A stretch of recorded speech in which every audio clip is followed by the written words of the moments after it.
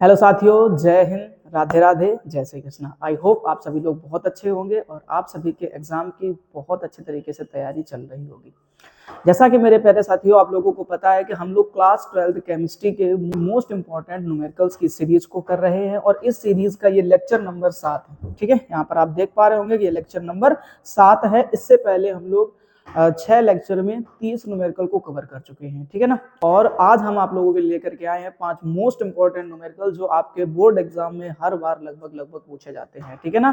तो ये बात आप ध्यान रखेंगे कि 25 फरवरी के दिन आपको इस क्लास से कोई ना कोई एक न्यूमेरिकल जरूर देखने को मिलने वाला है। ये बात आप ध्यान रखेंगे। ठीक, तो कह रहा बस एक वीडियो और 5 नंबर पक्के। जी हाँ, ये बिल्कुल बात सत्य है कि अगर आपने ये एक लेक्चर अच्छे से कंप्लीट कर लिया, एंड तक देख करके 5 न्यूमेरिकल तैयार कर लिए मेरे भाई, तो मैं आपको भरोसा दिलाता हूं कि आपके 5 नंबर ऐसे और हो जाएंगे। ठीक है, चलिए शुरू करते हैं और देखते हैं कौन सा हमारा एक मोस्ट इंपॉर्टेंट न्यूमेरिकल है। सबसे पहले हमको एक क्वेश्चन दिया गया है कि प्रथम कोटि की अभिक्रिया के 90% पूर्ण होने में कितना समय लगेगा। प्रथम कोटि की अभिक्रिया के 90% पूर्ण होने में कितना समय लगेगा। ठीक, तो हम एक चीज समझते हैं जरा ध्यान से कि हमारे पास में जो प्रथम कोटि के लिए फॉर्मूला होता है वेग स्थिरांक का, वो ये होता है कि k बराबर, क्या बोलते भैया, k बराबर, ठीक है ना, और आपको याद रखना है 2.303 अपॉन टी।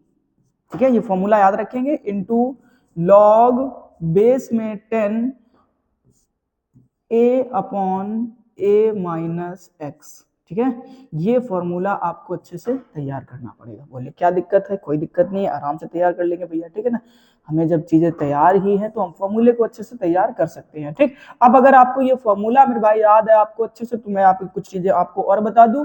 ये जो a है ये प्रारंभिक सांद्रता होती है और a माइनस एक्स जो है ये वो सांद्रता है जो आपको यहाँ पर दिया गया है। ठीक है ना, कि 90% पूर्ण होने में। ठीक, तो मैं अगर आपसे ये चीजें क्लियर करके बताऊं तो आप एक बात अच्छे से याद रखेंगे, वो ये कि भैया हमें अच्छे से क्लियर है कि यहाँ हमारा जो टोटल परसेंट होता है वो कितना होता है। तो बोलोगे भैया हमारा जो टोटल परसेंट है वो कितना होता है, तो बोलोगे 100% होता है। ठीक है ना, बोले ठीक है, समझ में आ गई कहानी। अब हमसे कह रहा है कि 100 में से हम क्या कर दे, x% घटा दे। तो 100 में से आपने कितना परसेंट कम करना है, तो बोले भैया देखो ध्यान से, साफ साफ दिख रखा उसने 90% पूर्ण हो गई है। तो 100 में से जब 90 घटा दोगे तो कितना बचेगा, बोले 10 बचेगा हमारा। ठीक है, चीजें क्लियर करते चलेंगे बड़े ध्यान से। अब यही सारे मान उठा करके यहाँ पर रख दीजिए, आपको मान निकालना पड़ेगा किसका, के का। ठीक, तो अभी हम के का मान रखते हैं, फिर उसके बाद देखिए ध्यान से अर्ध आयु काल भी दिया गया। मैं सारी चीजें आपको क्लियर करूंगा, पहले आप एक काम करिए जरा, यहाँ से ये वाला फॉर्मूला लगाकर के का मान बना लीजिएगा। ठीक है, तो हमने कहा भैया आप लिखेंगे तो ऐसे लिखिएगा k बराबर, ठीक, और आपको जो मान दिया गया वो दिया गया 2.303 अपॉन में t। ठीक है ना, और इनटू लॉग बेस में 10 हो गया। और इधर आपको ध्यान से देखेंगे तो आप a का मान आपको कितना दिख रहा है, 100। देखो ध्यान से, और a माइनस एक्स का मान आपको कितना दिख रहा है, बोलोगे 10। ठीक, मैंने कहा ये 0 से 0 निपटा दो, बोले ठीक है। अब अंदर बचा log 10, और log 10 का मान कितना होता है, बोलोगे भैया 1। अब अगर log 10 का मान 1 होता है तो अब आपको जो मिला वो ये मिला 2.303 अपॉन में t। ठीक है, ये बात ध्यान रखेंगे, ये हो गया। इसको आप मान लीजिएगा क्या कि ये समीकरण नंबर हमारा क्या होगा भैया, बोले फर्स्ट हो गया। ठीक, अब आप यहाँ पर प्रथम कोटि के अर्ध आयुकाल का ही फॉर्मूला लगाएंगे दोबारा से, तो क्या मिलेगा, k बराबर 0.693 अपॉन में t। ये फॉर्मूला किसका होता है, तो बोलोगे टी हाफ लिखना भैया। ठीक है ना, टी मत लिखना, ध्यान रखना, टी हाफ लिखना। ये अर्ध आयुकाल का फॉर्मूला है, तो एक फॉर्मूला ये मान लीजिएगा, इसको मान लेते हैं समीकरण नंबर 2। अब आप क्या करेंगे, बोलोगे भैया कि समीकरण 1 व 2 से, अब क्या करना है आपको कि समीकरण 1 व 2 से, और जब आप समीकरण 1 व 2 से लिखेंगे तब आप 1 व समीकरण 2 को क्या कर देंगे, बराबर कर देंगे। ठीक है, समीकरण 1 व 2 से। ओके, इस तरीके से चीजों को क्लियर करते चलेंगे। ठीक है ना भाई, अभी क्या करना है, तो समीकरण नंबर 1 में देखो ये रहा और समीकरण नंबर 2 ये रहा। ठीक है, तो दोनों को एक दूसरे के क्या कर दो भाई, बराबर कर दो। जब बराबर करोगे तो मिलेगा 2.303 अपॉन में t बराबर, और इधर पे क्या मिलेगा आपको 0.693 अपॉन में t हाफ। ठीक है ना, कोई समस्या, बोले बिल्कुल भी नहीं है भैया, हमको कतई समस्या कोई नहीं है। ठीक, अभी एक काम करो, थोड़ी सी कैलकुलेशन को आसान बनाने के लिए, क्या करो, आप कैलकुलेशन को आसान बनाने के लिए आपको छोटी सी बात याद रखनी है। वो बात कुछ ऐसी होगी कि भैया आपको यहाँ पर क्या करना है कि t बराबर निकाल देना है। ठीक, तो t बराबर जब आप निकालने जाओगे, t उधर चला गया, ये नीचे आएगा, ये इधर आ जाएगा, तो आपको जो मिलेगा वो कुछ इस तरीके से मिलेगा 2.303। ध्यान से समझना, ठीक है ना। और इनटू में क्या हो जाएगा तुम्हारा t हाफ, और बटे में आपको जो मिलेगा ये मिल जाएगा 0.693। ठीक, अब हमने कहा ये देखो पॉइंट हटाया, ये वाला पॉइंट हटा दिया, ठीक है ना। और अभी मेरे ख्याल से जो है ना चीजें बेहतर तरीके से आपको दिख रही होंगी। ठीक है, सब कुछ आसानी से काट सकते हो आप, तो कट जाएगा, ठीक है ना। तो अभी क्या करते हैं, आप 693 का भाग करा देते हैं किसमें, 2303 में। ठीक, कितनी बार चला जाएगा, तो 6 दूनी 12, 6 तिया 18, 6 चौक 24 में ज्यादा हो जाएगा 3 बारी। ठीक, अब अगर 3 कहीं दिख रहा है तो वही आंसर हो जाएगा आपका। ठीक, ज्यादा आपको सॉल्व करने की जरूरत नहीं पड़ने वाली भाई, ठीक है ना। तो एक ही ऑप्शन आपने देखा यहाँ पर, ऑप्शन नंबर बी की अर्ध आयु काल का कितने गुना हो जाएगा, 3 गुना हो जाएगा, 3.3 गुना। यानी कहने का मतलब है, अब आपको आंसर तो क्लियर पता ही चल गया, तो कोई दिक्कत नहीं, जो आंसर मिलेगा वो आपको मिलेगा 3.3 हाफ। तो यहाँ पर आप क्या बोलेंगे कि अर्ध आयु काल का 3.3 गुना समय आपको लगने वाला है 90% क्रिया पूर्ण होने में। जरा समझ में आई कहानी। ठीक, तो यहाँ पे जो जरूरी चीज थी भैया वो ये थी कि आपको एक ये वाला फॉर्मूला अच्छे से क्लियर होना चाहिए था भैया। कौन सा, ये वाला आपको फॉर्मूला अच्छे से क्लियर होना चाहिए था भैया, ठीक है ना। तो ये फॉर्मूला आपने देखा कि एक फॉर्मूला आपको ये याद करना है और दूसरा फॉर्मूला मेरे भाई आपको ये वाला तैयार करना है। ठीक, ये अर्धायुकाल के लिए है, ये प्रथम कोटि के लिए है। ठीक, दोनों फॉर्मूले लगा देना, बराबर लिख देना, समीकरण 1 व 2 से कैलकुलेशन कर लेना, आंसर आ जाएगा भैया आपका। ठीक, चलते हैं अभी नेक्स्ट क्वेश्चन की तरफ। अब नेक्स्ट क्वेश्चन जो मेरे भाई वो दिया गया है, वो कह रहा है किसी प्रथम कोटि की अभिक्रिया का 90% 90 मिनट में ही पूरा होता है। 90% 90 मिनट में पूरा होता है, तो इसके 50% का मतलब समझ रहे ना, आधा, आधा मतलब वही अर्धायु काल। ठीक है, ऐसे कह रहा है मैं लगने वाला समय क्या होगा। ठीक, तो ये बताना बहुत आसान से मतलब क्वेश्चन बनने वाला, ध्यान से देखना भैया। क्या करोगे, सबसे पहले आपने क्या करना है, वही मान बना लेने। तो अब जब यहाँ पर आप क्या करेंगे, ए का मान बनाने बैठेंगे, ठीक है ना, ध्यान से समझना। ए का जब आप मान बनाएंगे तो सबको पता अच्छे तरीके से ए कितना मान के चलना आपको, तो बोलोगे परसेंटेज तो हमारा 100 का होता है। अब हम लोग जो a माइनस एक्स मानेंगे वो क्या करेंगे, तो 100 में से घटा देंगे। तो 100 में से आपने घटा दिया कितना, 90, तो कितना बचा भैया आपके पास में, तो बोले 10 बचा। बोले ठीक है, कहानी पल्ले पड़ गई। उसके बाद आपसे देखो ध्यान से, t का मान आपको दे रखा है कितना, 90 मिनट।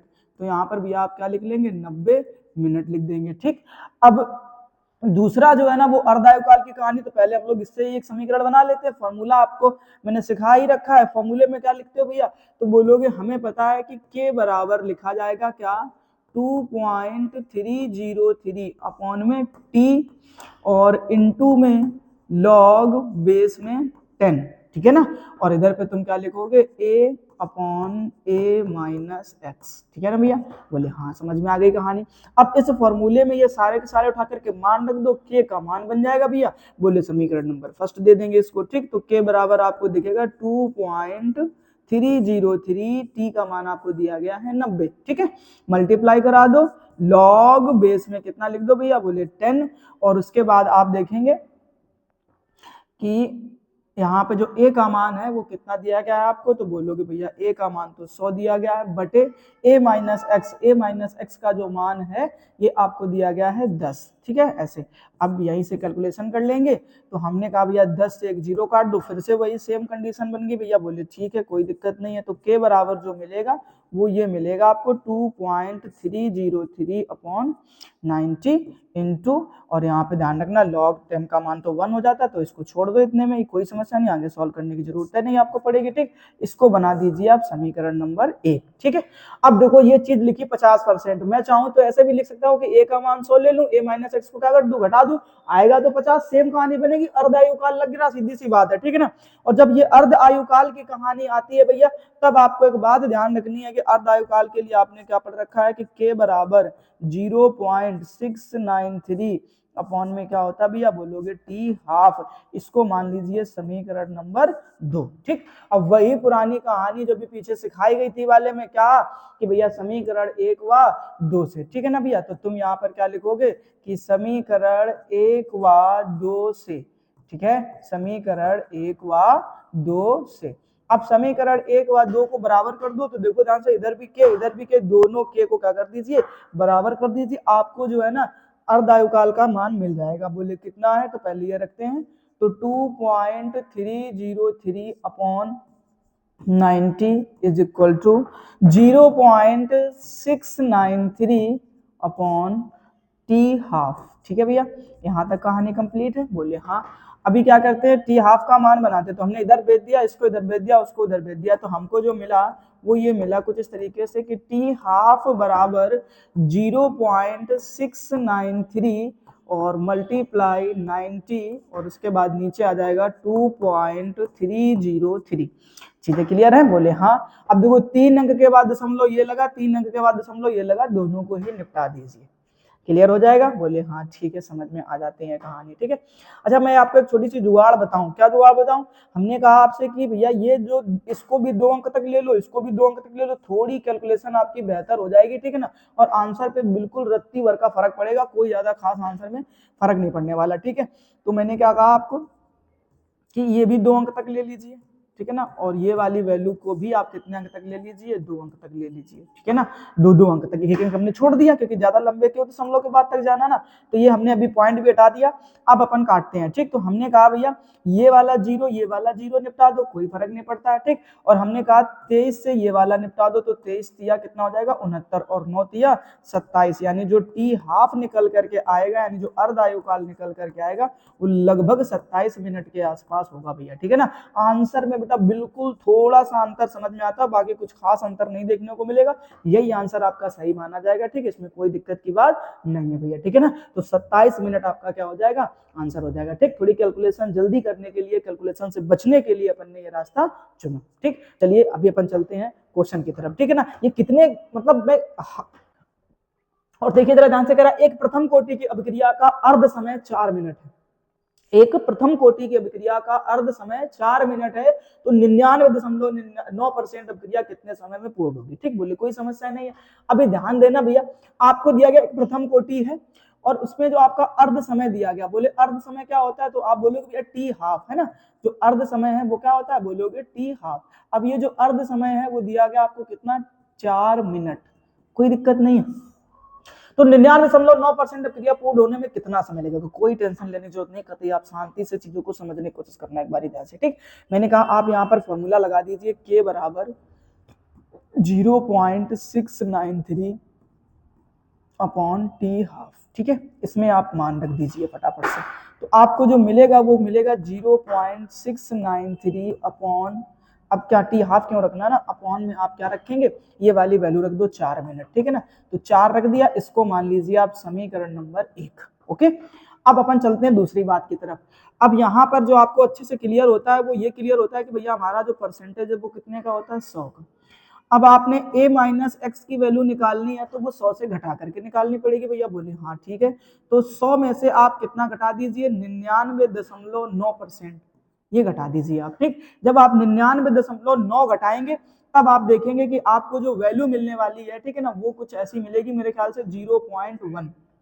ठीक है ना, देख लीजिए एक बारी घटा करके, तो हमने कहा आपसे 99.9% घटाइए। ठीक, 10 में से 9 गया, कितना बचेगा, 1 दशमलव, इधर 9 बचा, 0 इधर 9 बचा, 0। ठीक है ना, हाँ खाली। ठीक, तो आपको जो मिलेगा वो ये मिलेगा 0.1। ठीक है, अब आगे चलते हैं। अब मैंने कहा दूसरा वाला फॉर्मूला लगा दीजिए। बोले दूसरा कौन सा, बोले ये कि के बराबर, ठीक है ना, 2.303 अपॉन टी है ना, इंटू लॉग बेस में 10। ठीक है, ऊपर क्या लिखना आपको, a, नीचे लिखना भैया a माइनस एक्स। ओके, ये है कहानी। ठीक, चलो इसी फॉर्मूले में सबके मान रख देते हैं फटाफट से। तो k बराबर जब मान रखेंगे तो क्या मिलेगा, 2.303 अपॉन टी। अच्छा, यही t का मान तो आपसे पूछा गया कितने समय में पूर्ण होगा ना, इनटू लॉग बेस में 10।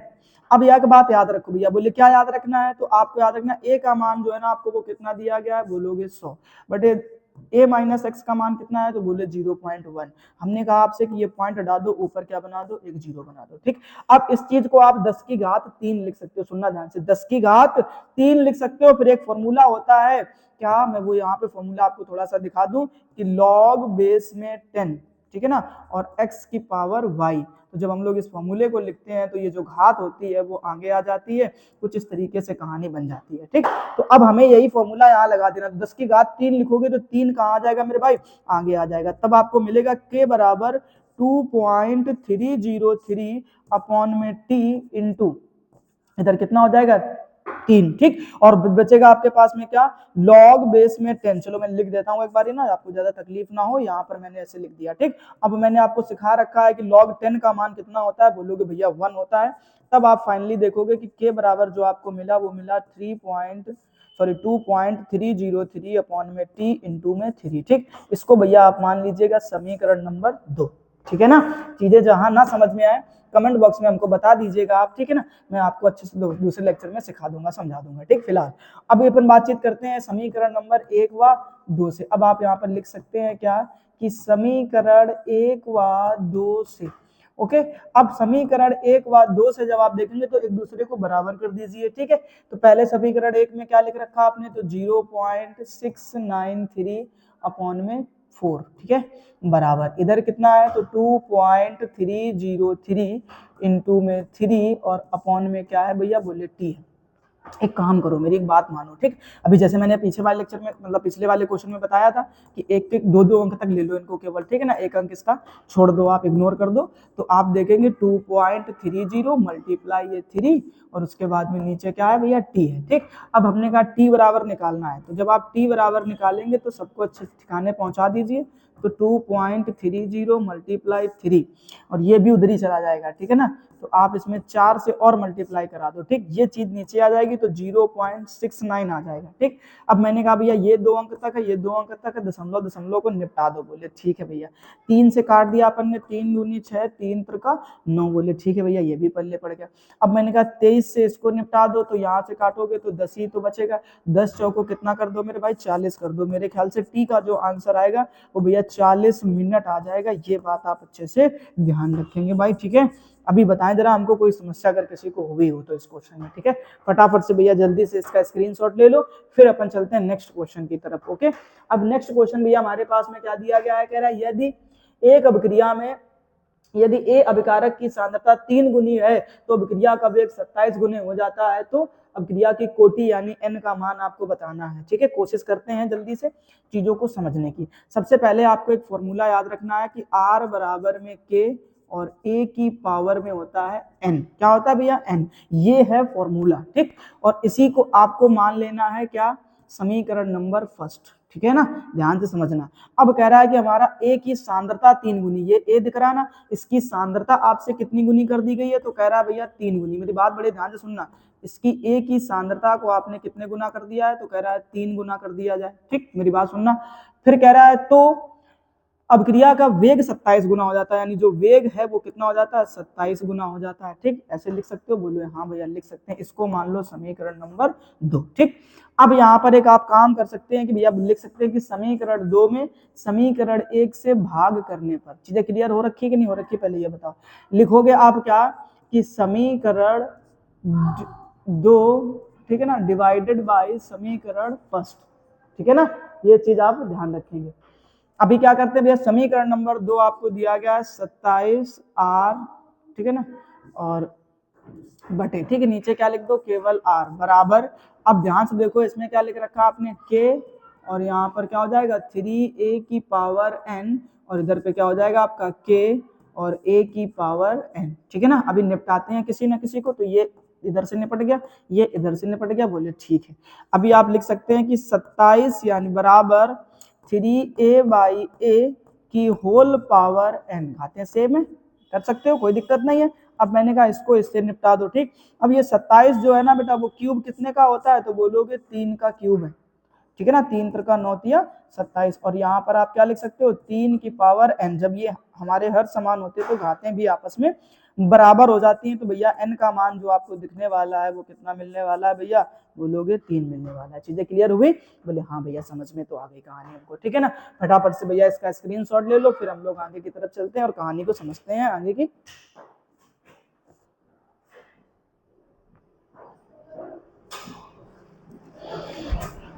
चलो भाई ठीक है, अरे भाग जा यार। ठीक है ना भैया। चलिए अभी चलते हैं आगे। चलो ठीक, अभी देखते हैं पर नेक्स्ट क्वेश्चन भैया। अब नेक्स्ट क्वेश्चन जो है हमारे पास में वो दिया गया, कह रहा है किसी रासायनिक अभिक्रिया का वेग स्थिरांक क्या होता है। रासायनिक अभिक्रिया का वेग स्थिरांक क्या होता है। प्रथम कोटि की एक अभिक्रिया में 50 सेकेंड में पदार्थ की सांद्रता प्रारंभिक सांद्रता की आधी रह जाती है। ठीक है ना, ध्यान समझना, इसके वेग स्थिरांक की गणना करनी है। ठीक है, कोई दिक्कत नहीं, पहले हम समझते हैं कि वेग स्थिरांक किसे कहते हैं। ठीक, तो आपको एक बात समझनी पड़ेगी, कोई दिक्कत नहीं, हमारे पास में वेग स्थिरांक यानी कि हम लोग बोलते हैं के को। ठीक, तो हमने कहा हमारे पास एक फॉर्मूला होता है आर बराबर में के ए की पावर में एन। ठीक है, मेरी बात सुनना बड़े ध्यान से। तो हमने कहा अगर हमारे पास में मान लो शून्य कोटि की अभिक्रिया हो जाए या प्रथम कोटि की अभिक्रिया हो जाए या अभिकारक की सांद्रता कितनी हो जाए, 1 हो जाए। ठीक, तो अभिकारक की अगर सांद्रता 1 हो जाएगी तो आप क्या लिखेंगे, के और यहाँ पर 1 लिख देना, तो 1 की पावर क्या हो जाएगा, एन। अब कितनी भी हो कोई फर्क नहीं पड़ता है, तो आप लिखेंगे आर बराबर में क्या होता है, के। यानी ये देखो वेग ही क्या बन गया आपका, वेग स्थिरांक। कब, जब अभिकारकों की सांद्रता क्या हो जाती है, इकाई हो जाती है। ठीक, तो आप बोल सकते हैं क्या कि जब अभिकारकों की सांद्रता इकाई हो तो अभिक्रिया का वेग ही वेग स्थिरांक कहलाता है। ठीक, तो ये तो आप लिख सकते हैं उसमें डेफिनेशन में। ठीक है, बाकी हमारा जो इंपॉर्टेंट चीज है वो न्यूमेरिकल की है क्योंकि हम उसी पे फोकस कर रहे हैं। तो कह रहा प्रथम कोटि की एक अभिक्रिया में 50 सेकेंड में पदार्थ जो है ना, पदार्थ की प्रारंभिक सांद्रता की आधी रह जाती है, मतलब पदार्थ की जो प्रारंभिक सांद्रता की आधी रह जाती है, इसके वेग स्थिरांक की गणना करनी, कोई दिक्कत नहीं है। इधर देखो, ठीक, हमारे पास में जो टी का मान दे दिया गया वो कितना दे दिया गया, तो आप देखेंगे भैया बोले 50 सेकेंड दे दिया गया है। ठीक, अब जो ए है, ए का मान आपको ऐसे केस में भैया कितना मान के चलना है, 1, क्योंकि परसेंटेज तो दिया नहीं गया, तो हमेशा आप प्रारंभिक सांद्रता को कितना मान करके चलेंगे, 1 मान करके चलेंगे। ठीक, अब कह रहा प्रारंभिक सांद्रता की आधी रह जाती है, यानी a माइनस एक्स जो है ना वो आपका कितना रह जाता है, आधा, यानी a से क्या कर देना, आधा बचेगा। ठीक, बोलोगे हाँ कोई दिक्कत नहीं, एक था, एक का आधा करोगे तो 1/2 ही तो बचेगा भैया, बोले हाँ। अब कह रहा है इसके वेग स्थिरांक की गणना करनी, आपसे के का मान पूछा गया, कोई दिक्कत नहीं भैया, आप तुरंत यहाँ पे फॉर्मूला पुट करेंगे, क्या कि बोले 2.303 अपॉन में टी, ओके, इनटू में लॉग बेस में 10। ठीक, और ऊपर आप क्या लिखेंगे, ए बटे में ए माइनस एक्स। ये चीजें क्लियर हो गई, बोले हाँ समझ में आ गई कहानी।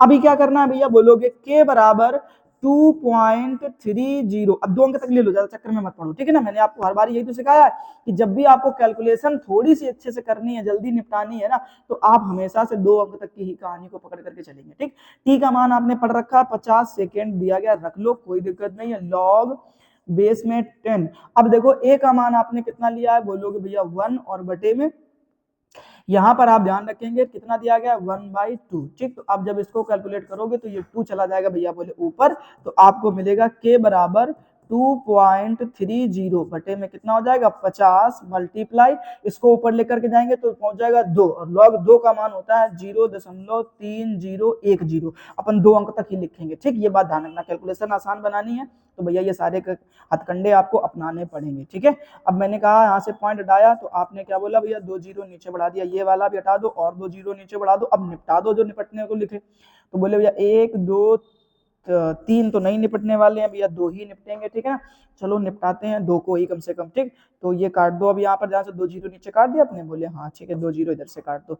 अभी क्या करो भैया, इनका आपस में मल्टीप्लाई करा लो। ठीक है, देखना ध्यान से अच्छे से, है ना, क्या करोगे, 3 का 23 में कराना है तो 3 त्रिका 9, पहले लिख लो थोड़ा सा, के बराबर 3 त्रिका 9 और फिर 3 दूनी 6, यानी आपको मिला कितना, 69 बटे, अच्छा मैं यहाँ पे 5 लिखे दे रहा हूँ और उसके बाद में 1 2 3 जीरो में इधर से मल्टीप्लाई करके अलग लिखे दे रहा हूँ। ठीक है ना, अभी कारण पता चलेगा, थोड़ी कैलकुलेशन आसान हो जाएगी।